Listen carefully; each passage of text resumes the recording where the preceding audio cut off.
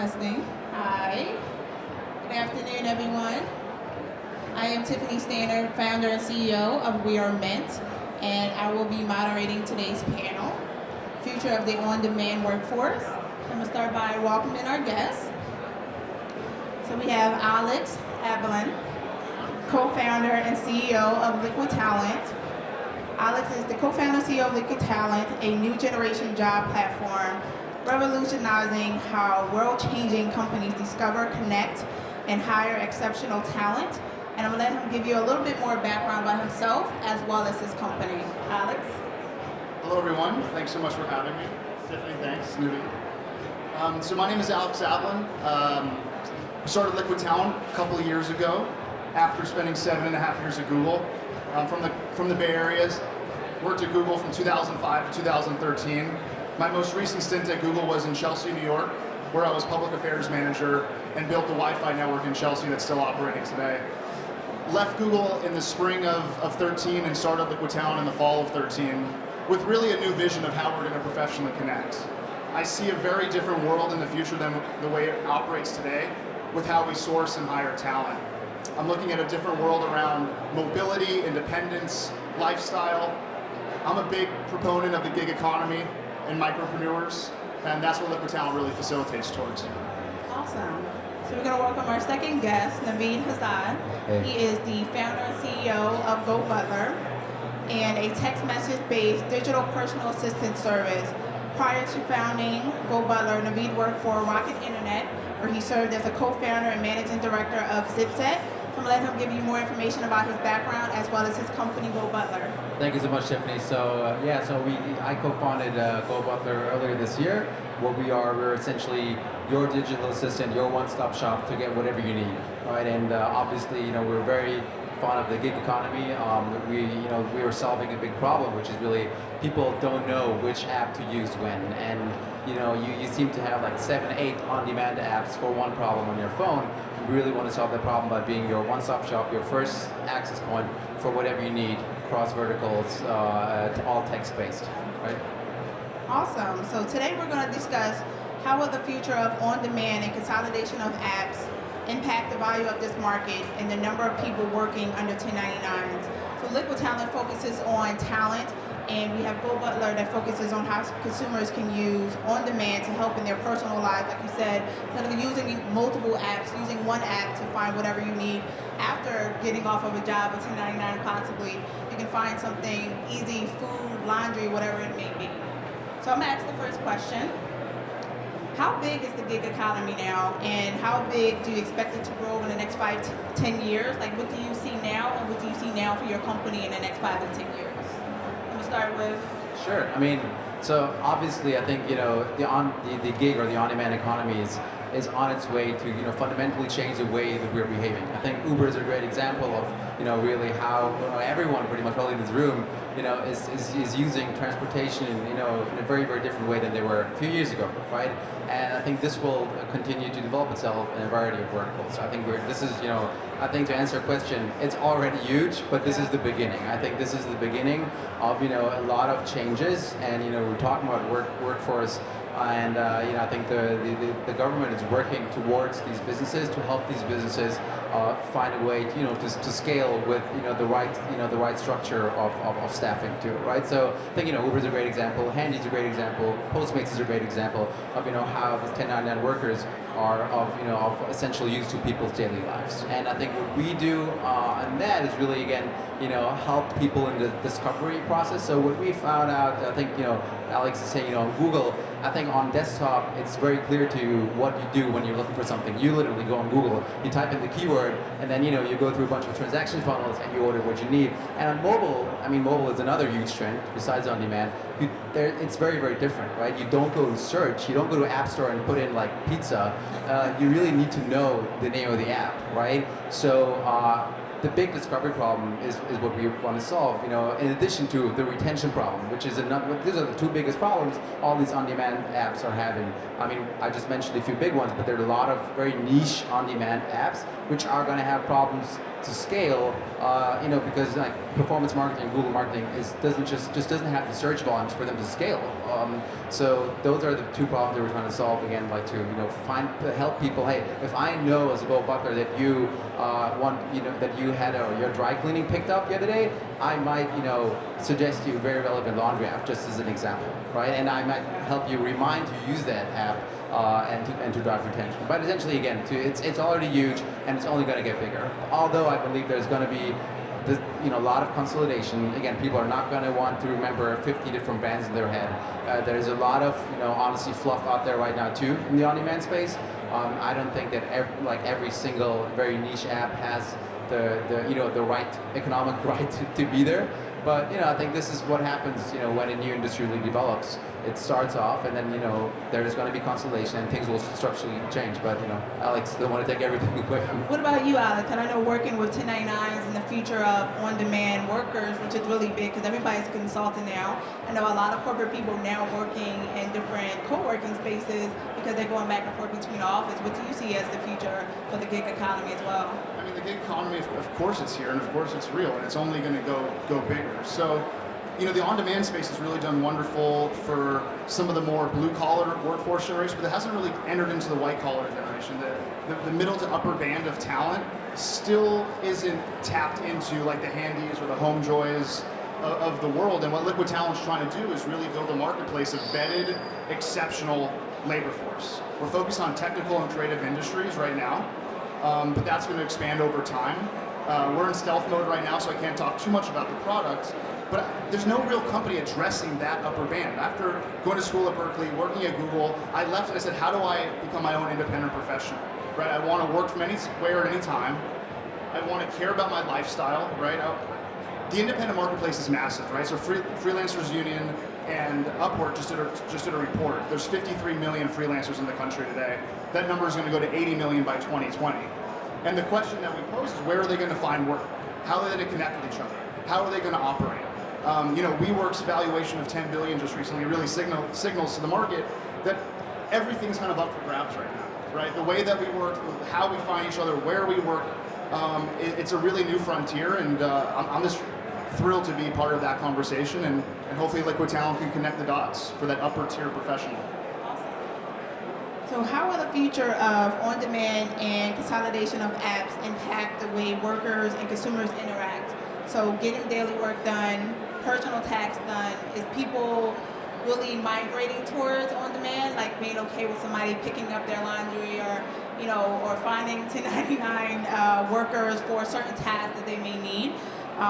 So what is the future of that? Yeah.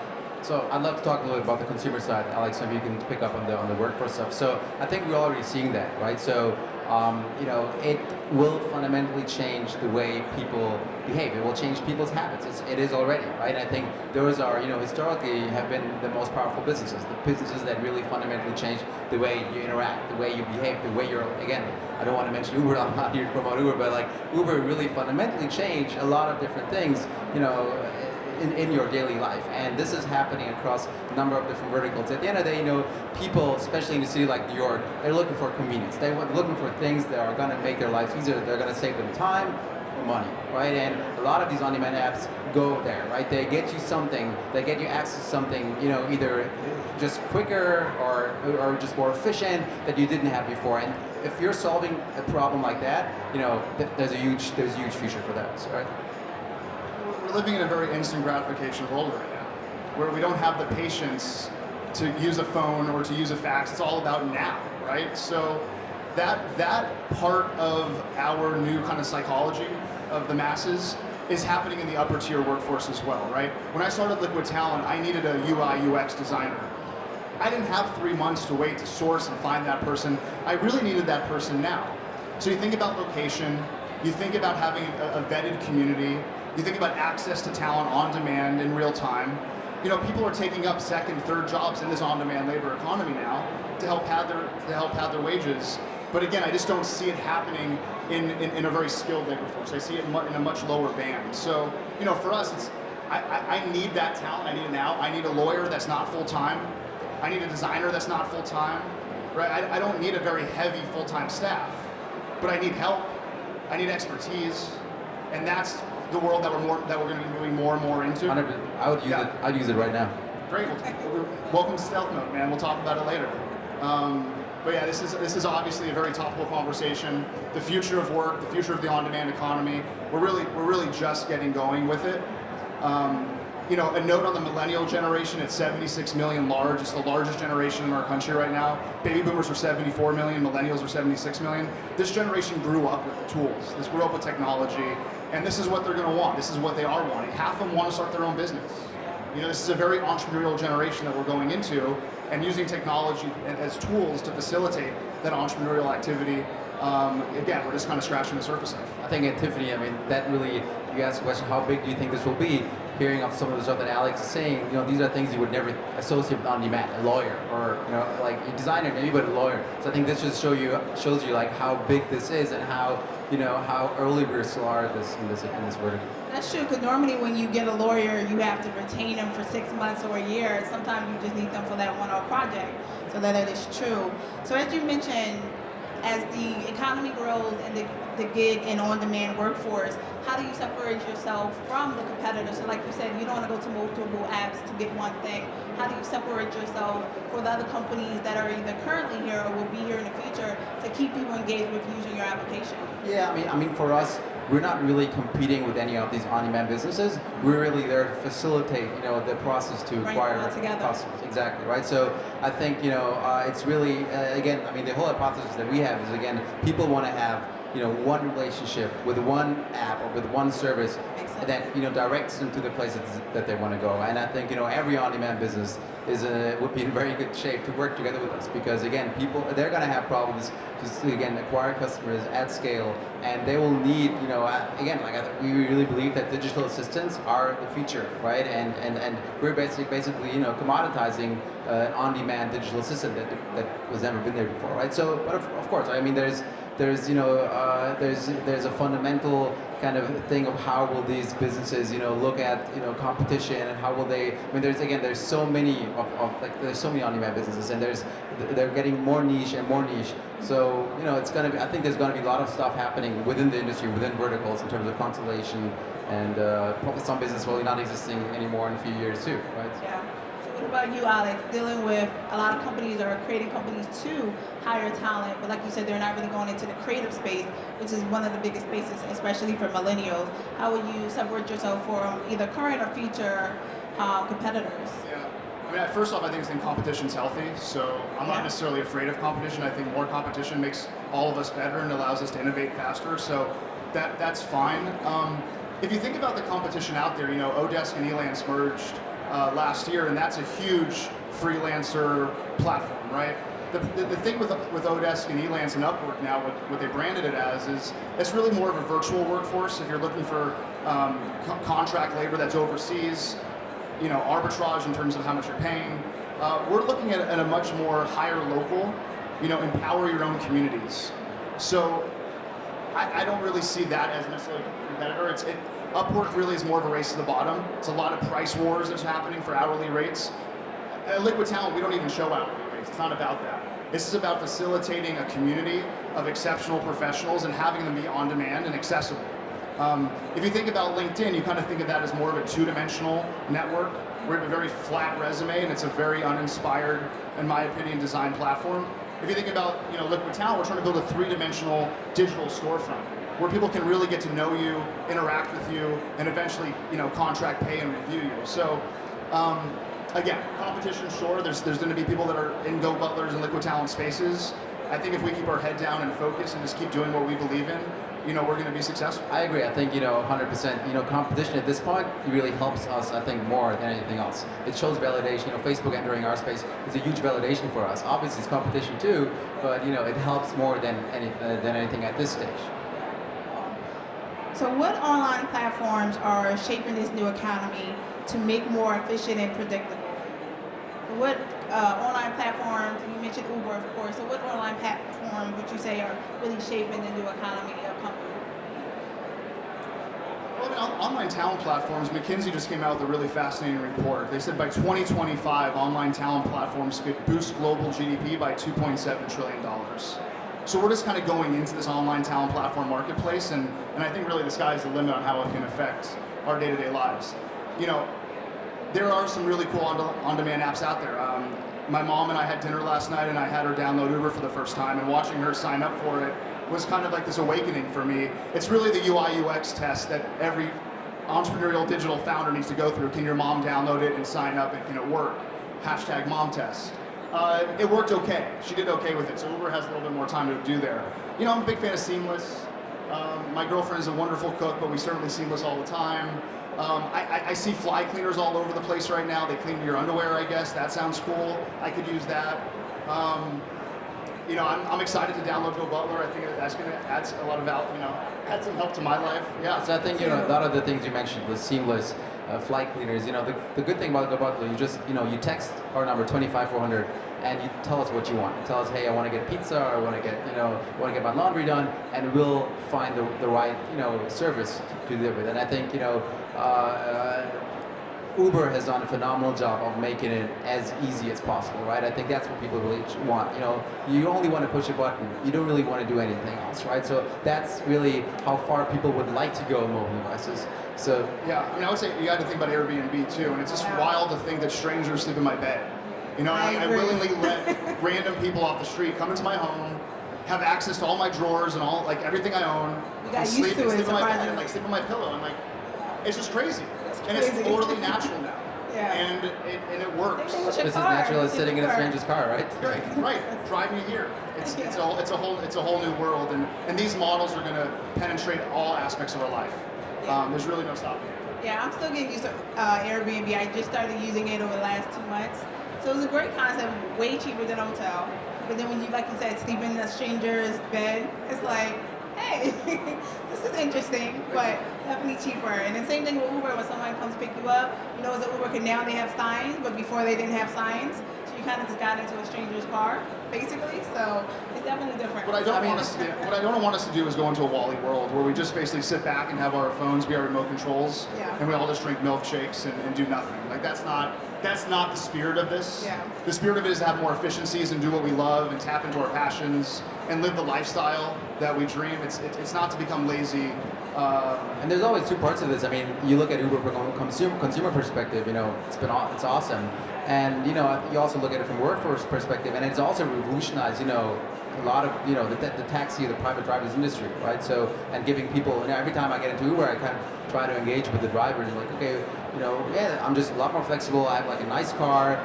It's my own car. I can use it, you know, privately too. And it's, you know, and then I think, you know, Airbnb and Uber have done a great job in building, you know, a community around their service. Why does Airbnb work? It's all about the community. Uber is similar, you know, the very simple rating, you know, on both sides, you know, filters out, you know, bad actors. And it shows us the policy implications of this too. I mean, with de Blasio says we got to cap the amount of Uber drivers and Uber cars and analyze, you know, how this is affecting our taxi industry.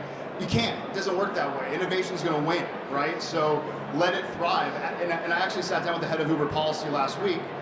The average Uber ride is actually $2 to the city of New York, where the average taxi drive is 50 cents. So it's actually 4x more gross revenue that's happening through Uber rather than a taxi cab medallion. You got to listen to the people. The people want Uber. You're going to get it. And de Blasio can't just like keep it tapped down. That's my personal opinion. I think, you know, regulars are realizing that. I think, you know, there's always going to be these things. I mean, in Europe, Ubers are having a lot of problems too. Yeah. But you know, I fully agree with Alex. Like, I think innovation at the end, people will want to have better products. Good products win, right? So before we take a question from the audience, I want to ask one last question. What is the future? What is the next steps in maybe the next 3 to 6 months for your company? We'll start with you, Liquid Talent. We're in stealth mode now. We've been testing multiple products. We have a mobile app that we're really excited about. I think the future of work is going to be much more mobile and enter into the wearable industry more. We are just about there getting our mobile app right. Our web platform is in stealth mode. We have some really incredible companies using us to source talent right now. We're excited to kind of be, you know, open to the world sooner than later. But we have a little bit more work to do. But it's we're getting wonderful testimonials. My favorite part of my day is coming in and hearing talent and companies saying how it's working. That's just like that validation of real life use cases of this thing happening and working. Makes it all worth it. So I'm excited to share more, you know, when we're ready to. Awesome. What about GoButler? Yeah, so for us, it's really, I mean, we launched around 7 months ago, and, we just want to every day continue to grow, continue to make, more people's lives easier, and, acquire customers that truly love our product. That's the main thing. Besides, I think we've, built up an extraordinary team, and there's no specific goals, just like, get more people to learn how they're using the service, make it better, improve our technology, and and scale. All right, awesome. So now we're going to take questions from the audience. Does anyone have any questions? Yes. Can you stand up for a second? Thank you. I had a question about GoButler. I was just thinking, I feel like the user experience is really important through app interfaces. Do you think you'll develop an app for your platform? Because I feel like it gives users a lot more control, maybe when they have more information about where their services are coming from. That was just a thought. Okay, so there's advantages and disadvantages to texting. So a lot of people actually love that they can just text us and that you don't need to download an app. I fully agree that in an app, you can provide people or users with a richer experience, and there's more stuff to achieve for the heavy users who are coming back to use it every single day. For acquisition, though, I think text is just awesome because there's no friction. We're looking at different communication channels. I can't say too much, but we're definitely looking at app is definitely one option to improve their experience for users. Any other questions? Yes. Thank you. As far as the on-demand workforce, do you guys ever worry that the younger generation will only be using this and the actual people who are doing that work for them every day will disappear? I mean, you're talking about millennials, they all want to be entrepreneurs, they all want to create something. What about the people that are actually coming to your house and fixing something for you or cleaning something for you? Is that something you guys think about, or? Alex? I think it's Very good question. It's a great question. It's a great point. I mean, the people that are on the Liquid Talent team are entrepreneurs. They may not be the founders, but they're entrepreneurs. So, they're creating something with us in the spirit of our vision, and they're part of that collective entrepreneurial spirit. So I totally think that our team is entrepreneurial. I think for the blue collar workforce, that's a whole different kind of can of worms. We obviously need that labor force to help drive our day-to-day life, and they're a lot of times the unsung heroes of our cities. I would imagine that access to like what GoButler is doing is just allowing them more opportunities, allowing them to earn higher wages, and put their skills to use. Same with the upper end economy too, right? If you're a UI UX mobile designer in high demand, let's feature you. Let's even get you more opportunities. Let's see that wage rate even go higher. So. It's a great point. I think it's very much like a sociological question. It's a lot of psychology, education. How does that? So I fully agree. I think there are probably way too many people out there who want to do their own business to the point they won't be able to have any employees, kind of, right? So I think it's great to have these aspirations, and then some people will make it.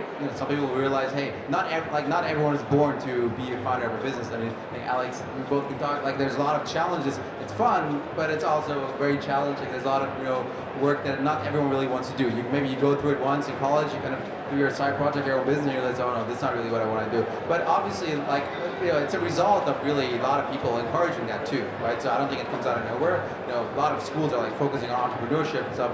Do I think I think the benefits outweigh the risk of having no one in the workforce. All right. So we're almost done. So we're going to do a final word from Alex and Navid. First and foremost, thank you guys for being here and listening, and your attention. We really appreciate that.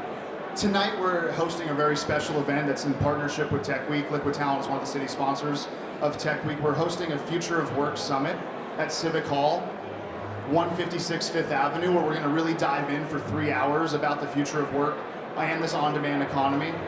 So please join us. There's still a few seats left. I'd love to see you guys there. We're kicking off at 6. So if you are hungry for more future of work and on-demand conversation, join us this evening at Civic Hall. Thanks. Navid? It's great. Unfortunately, we're not hosting a party, but I think I think this was I'll come join you guys. So I think thanks again for listening. I think that this is interesting, and we could probably talk about this for hours. I'd say, go on GoButler.com, try out our service, and get a feel what, the on-demand feature is. Great, thank you so much. Thank you.